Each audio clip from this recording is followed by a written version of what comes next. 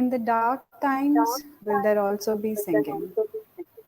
Yes, there will also be singing about the dark times.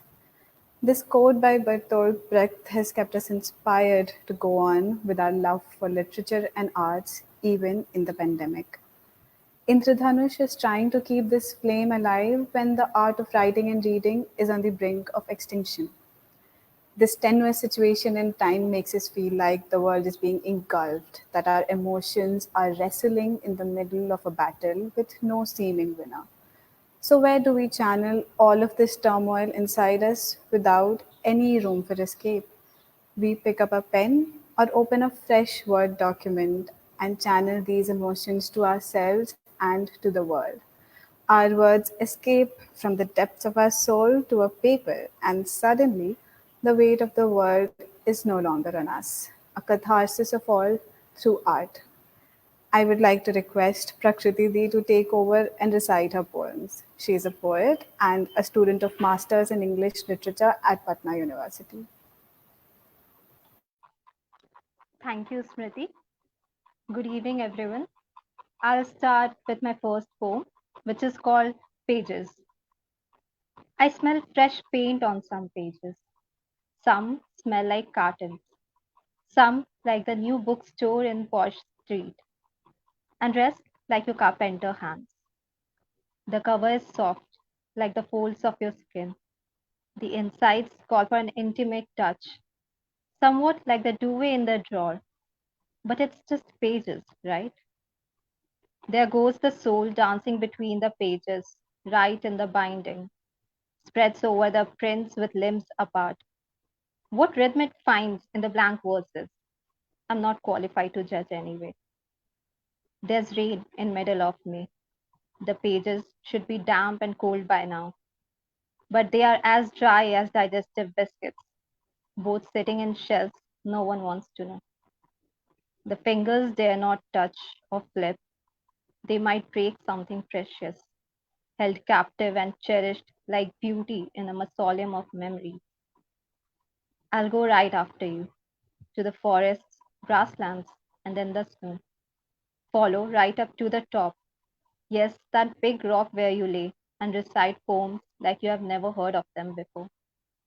The moat is full of foreign affairs.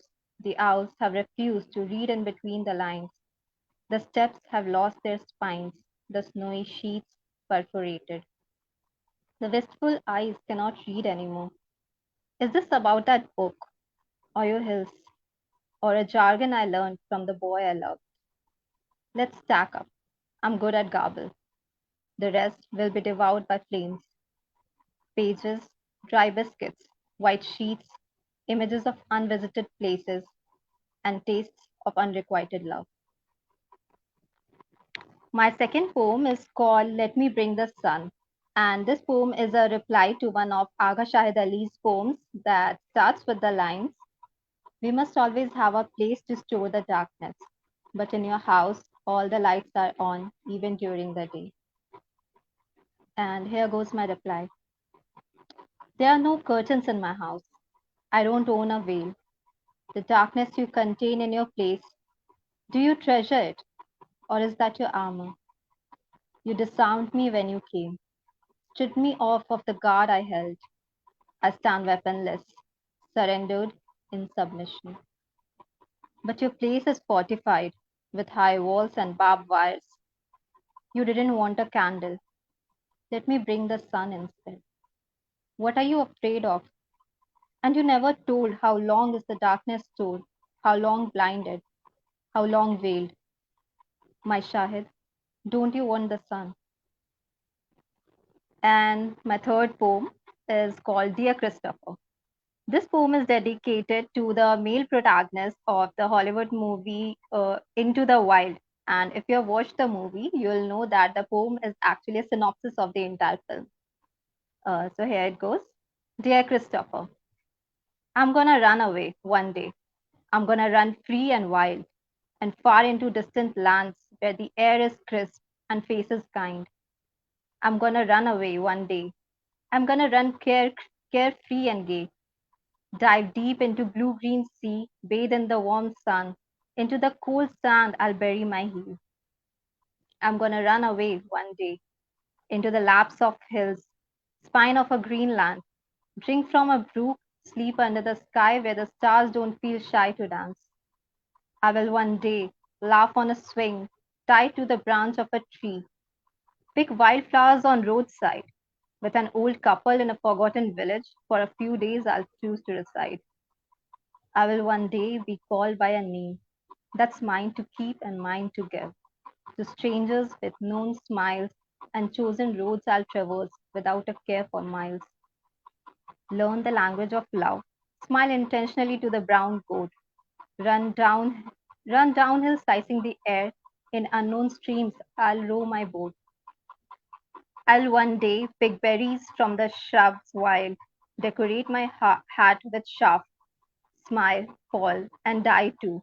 This life isn't anyone else's half.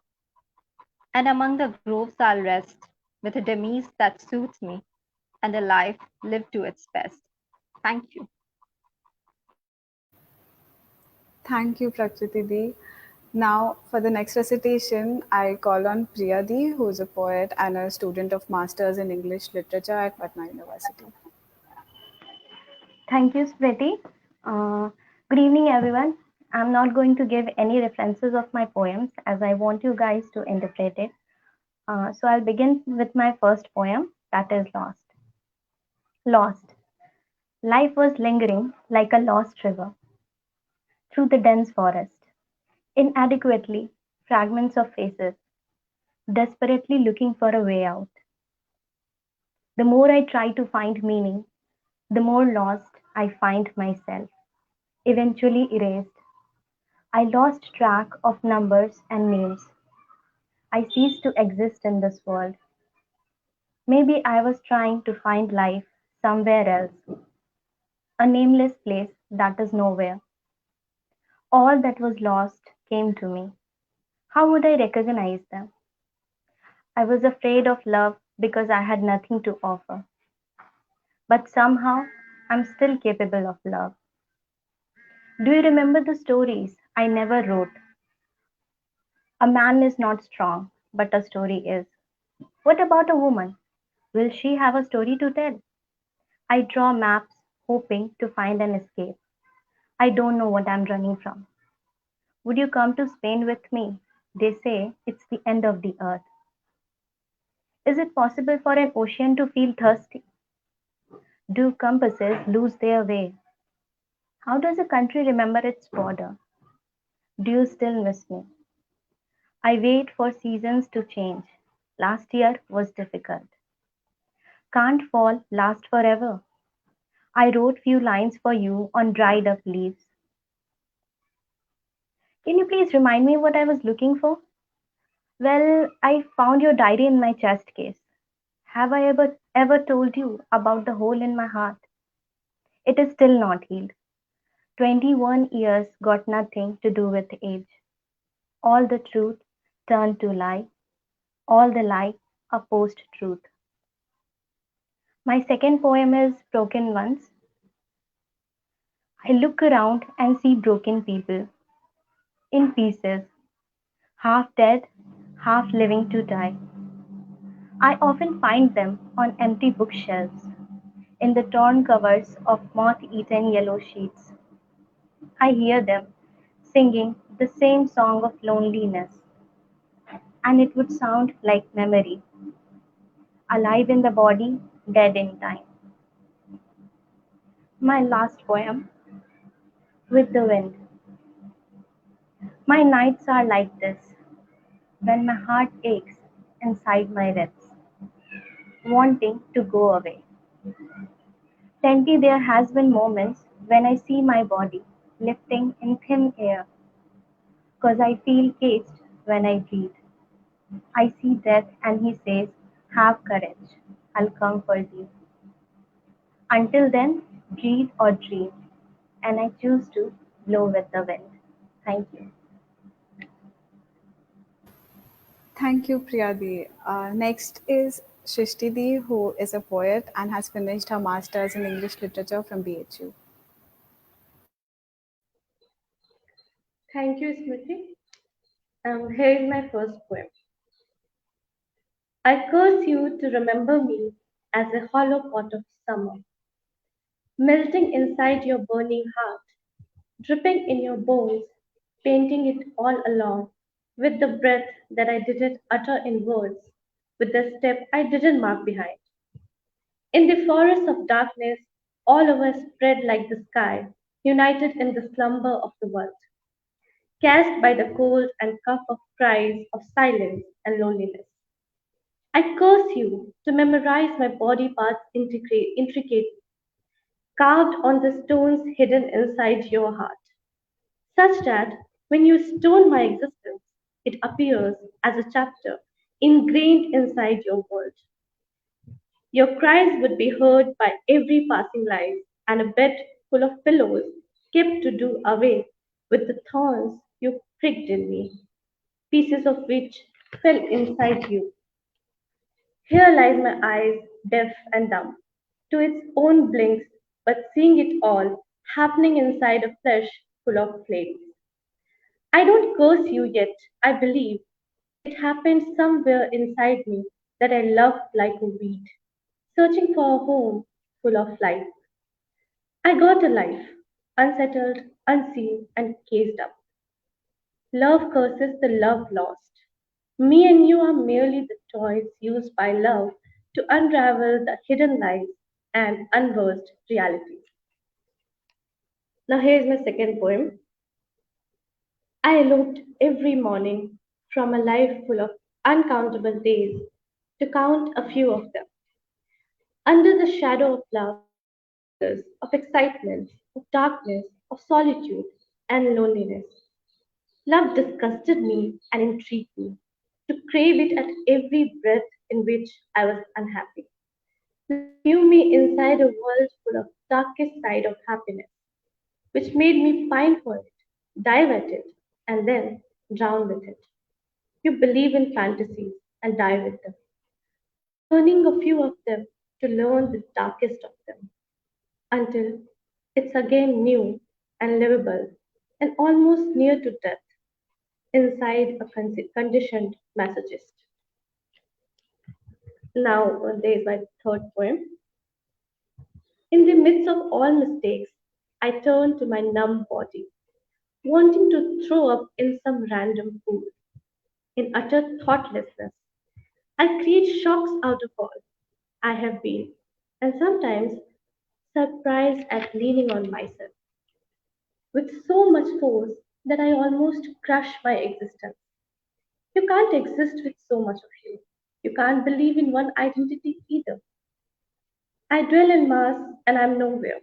I'm a fling inside a fiasco. I'm utter helplessness inside a conflict of hope and truth, real and real. I'm nothing. I don't want to be nothing. And all I think of is to be, to be, to be. Thank you. Now I would like to invite Smriti to recite her poems, who is herself a poet and also pursuing masters in linguistics from JNU. Thank you. Thank you, Shristi. So, my first poem is a long sentence about long sentences. They tell me that my sentences are too long to be read in a single breath. And in this kingdom of monosyllabic answers, they call me the recluse, the witch who lives over the hill in a petrifying hut and never uses full stops in her dark spells that are never the answers, only questions. But how do I fit the whole image of a world crumbling inside out with the intestinal curvature of my brain dissipating into a void that has its gates sealed shut by dried out tears in forward statements? Because no one in this world can possibly cast spells cataclysmic enough to prevent the solar system shaped atoms in my body, which also make up almost everything else, from disintegrating until they reach a point where the fragments of these atoms have stopped existing, because cutting off an aching ear is the only way for all the voices to stop. And English doesn't have enough words to describe the questions that flatten out the mind. And I wonder if only English was agglutinative, I could join seven different words that mean seven different things to make a single word that would precisely describe the grief that comes after a grief. The morning when the gnawing moment is forgotten but remembered again. But English doesn't work that way. So I write really long sentences to talk about the one word that should have existed but doesn't. And if my long sentences make you run out of breath just reading, think of how often I take in a breath when I write. My second poem is about the act of disappearances.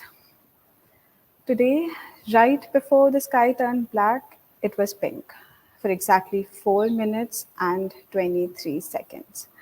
That was how long it took you to sit up straight and walk out the door. And the smell of coffee that you had ordered did not linger in the room. Today, when the sky turned dark, it looked as if it had always been that way, colorless, lifeless. Even though moments before it was pink and yellow, a little bit of blue with birds flying back home, clouds hovering. But 4 minutes and 23 seconds later, there was no proof that the sky had ever been anything but a vast expanse of uncultivated land. I thought of the act of disappearances. When something, someone vanishes into thin air, all proof of their existence becomes irrelevant. The emptied cup of coffee, nocturnal birds, a used tissue, twilight radiating at the horizon, an open packet of sugar, the picture in your phone of the setting sun. Who is to say if these are just survivors from the act of disappearance or just specters from a time you wish you had but never did? My third poem is a poem to Sylvia Plath. Sylvia, I've been writing since 11 years, known you for 8, but loved you beyond the womb. I wrote for you, about you, remembering you, around you, tried writing like you, but never wrote to you. I cannot write to you. Are my words worthy enough to be read by the queen of revelations of dirty secrets of the human mind herself? Definitely not. Do I know you enough to tell you that I, like yourself, cannot stop looking at poetry like a confessional box? The world standing behind the curtain, listening ardently, but never pulling me to the other side. Definitely not. Do I despise you enough to curse you with the knowledge that your melancholy did not leave this world when you did? That all your ache was packed into boxes and shipped off for the rest of us to carry on? Definitely not.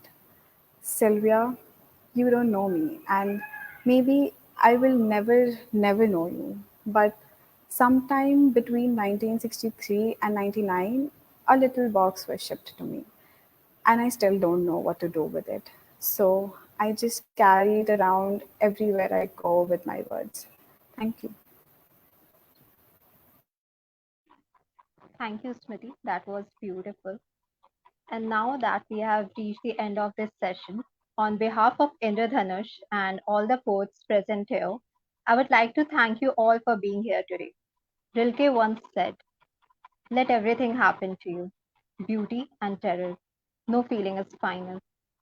And we hope we move on from today, discovering new emotions, exploring new feelings that may last with you forever. Thank you all.